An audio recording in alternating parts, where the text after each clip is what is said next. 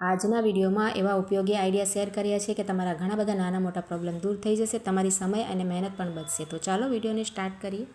તો ક્યારેક શું થાય કે આપણે છે ને કુકરમાં કંઈક રાખવું હોય બેક કરવા માટે કે કંઈ પણ આપણે બાફવા માટે મૂકવું હોય અને આપણને સ્ટેન્ડની જરૂરત હોય ને, અને આપણી પાસે જો સ્ટેન્ડ ના હોય અને હોય તો પણ મોટું હોય, આમાં આવે નહીં, તો તમે તેના માટે છે ને જો આ રીતનું જે માટલાનું સ્ટેન્ડ આવે છે ને, નાના મોટા આવે છે, તમે જોયા હશે. જુઓ અહીંયા મારી પાસે નાનું છે, તો આ રીતના આપણે તેનો ઉપયોગ કરી શકાય. જુઓ, સ્ટેન્ડની જગ્યાએ તમે આનો ઉપયોગ કરશો ને તો તમારે સ્ટેન્ડની પણ જરૂર નહીં પડે અને તમારું કામ જુઓ થઈ જશે એકદમ સરળતાથી. આ રીતના આપણે કોઈ પણ આ સાઇઝની તપેલી રાખવી હોય કે આ રીતનો કોઈ પણ ડબ્બો આપણે કેક માટે રાખતા હોઈએ, તો તમારે આ સાઇઝનું કોઈ પણ વાસણ તમે રાખી શકો. અહીંયા મેં તમને બતાવવા માટે ડબ્બો લીધો છે. અને જો તમારે કુકર મોટો હોય અને મોટું વાસણ રાખવું હોય ને, તો તમારે મોટી તપેલી હોય તો તમે મોટું સ્ટેન્ડ પણ લઈ શકો. 5 લીટરનું કુકર હોય ને તેમાં પણ તમે આ આઈડિયા ટ્રાય કરી શકો, બંનેમાં કરી શકો. જુઓ, તો ખૂબ જ સરસ આઈડિયા છે, ટ્રાય કરજો અને સારું લાગે તો લાઇક કરજો. ત્યાર પછી જુઓ, કુકરમાં આપણે ક્યારેક છે ને આ રીતના પાણી નાખી અને કઠોળ બાફતા હોઈએ, ચણા વગેરે, કે પછી આપણે દાળ બાફતા હોઈએ, તો બધું પાણી ઉભરાઈને છે ને ઉપર આવે. આપણે કુકર પણ ખરાબ થાય અને ઢાંકણ પણ ખરાબ થાય. તો તેના માટે આપણે છે ને 5 ચમચી તેલ લઈ લેવાનું અને 2-3 ટીપા આપણે આમાં નાખવાનું કુકરમાં, અને 1-2 ટીપા છે ને અહીંયા આપણે ઉપર ઢાંકણ છે ને તેમાં આ રીતની જ હોય છે ને સીટી જ્યાંથી આવે છે ત્યાં આપણે આ રીતના હોલમાં નાખી દેવાનું. જુઓ તેલ. તો આ રીતના તમે રાખશો ને બાફવા કોઈ પણ વસ્તુ, તો તમારે કોઈ પણ ગેસ પણ ખરાબ નહીં થાય અને આપણે જે વાસણ હોય ને કુકર વગેરે એ પણ ખરાબ નહીં થાય. જોજો તમે ટ્રાય કરીને, ખૂબ જ સરસ આઈડિયા છે આ પણ. ત્યાર પછી શું થાય કે આપણે છે ને હમણાં શિયાળો છે એટલે બધી ગોળની વસ્તુ બનાવતા હોઈએ, અને આ રીતના ગોળ આપણે દેશી લઈએ ને, તો આ રીતના દેશી ગોળનું તમે જોઈએ છે ડબ્બો આવે છે, પણ તેમાંથી છે ને ગોળ આપણે કાઢવો હોય તો નીકળે નહીં. ખૂબ જ કઠણ રીતે ડબ્બામાં છે ને આ રીતની ગોળની ભીલી આવે છે.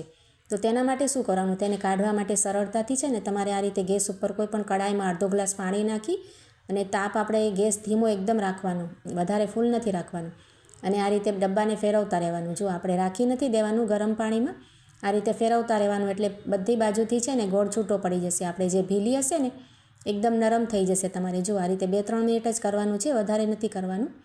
તો આ રીતે જો મેં કરી લીધું છે. હવે આપણે નીચે ઉતારી લઈશું અને કોઈ પણ પ્લેટમાં તમારે આ રીતે ઊંધું કરવાનું. જુઓ તો કેટલી સરળતાથી આપણે જે આખી ભીલી છે ને તમારે બહાર આવી જશે. જો લઈ આવો ને ત્યારે આ રીતના કાઢી લેવાની. જુઓ, અને આને છે ને કટ કરવા માટે આપણને ખૂબ જ મહેનત કરવી પડે છે, એકદમ કઠણ હોય છે. તો તેના માટે પણ હું તમને એક સરસ ટિપ્સ બતાવું છું. આપણે શું કરવાનું, જે આપણે પાણી ભર્યું હતું ને કઢાઈમાં, તે જ કઢાઈ આપણે ફરીથી ગેસ ઉપર રાખી દેવાની ખાલી કરીને, અને ત્યાર પછી આપણે છે ને આ કઢાઈને ગરમ થવા દઈશું. જુઓ, આપણે વધારે ગરમ નથી થવા દેવાની, 2-3 મિનિટ જ આપણે સરસ કઢાઈ ગરમ થઈ જાય ને આપણે એકદમ આ રીતના. જુઓ, ત્યાર પછી ગેસને મેં બંધ કરી દીધો છે, અને હવે આપણે વરાળમાં છે ને આ રીતના આપણે ગરમ હશે ને અંદર, તો આપણે ઊંધું કોઈ પણ ઢાંકણ આ રીતના પ્લેટ હોય કે કોઈ પણ તમારે ઢાંકી દેવાનું, અને આમાં જ એને છે ને 2-3 મિનિટ રહેવા દઈશું. જુઓ, અને ત્યાર પછી અહીંયા મેં કાઢી લીધું છે પ્લેટને.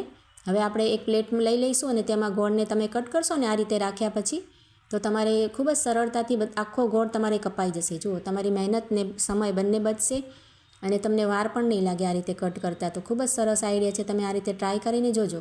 ગરમ કરી અને ત્યાર પછી આ રીતના કટ કરશો ને, તો કોઈ પણ આપણે વસ્તુમાં ગોળ નાખવો હોય તો આ રીતે કટ તો કરવો જ પડે. તો આ એકદમ સરળ રીત છે, તમે ટ્રાય જરૂરથી કરજો.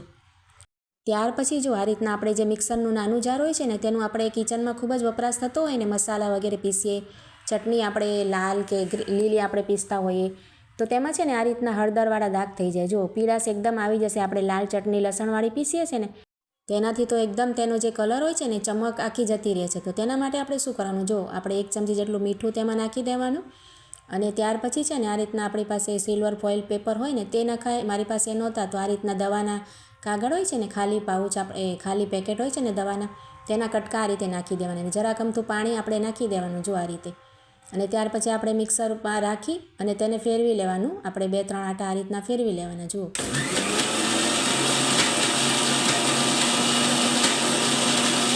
તો બસ જો આ રીતે મેં બંધ કરી દીધું છે, વધારે આપણે નથી ફેરવવાનું. આ રીતે થઈ જાય પછી હું તમને નીચે ઉતારીને બતાવું છું. જુઓ, આ એકદમ ક્લીન થઈ જશે તમારો છે ને ઢાંકણ અને બંને વસ્તુ.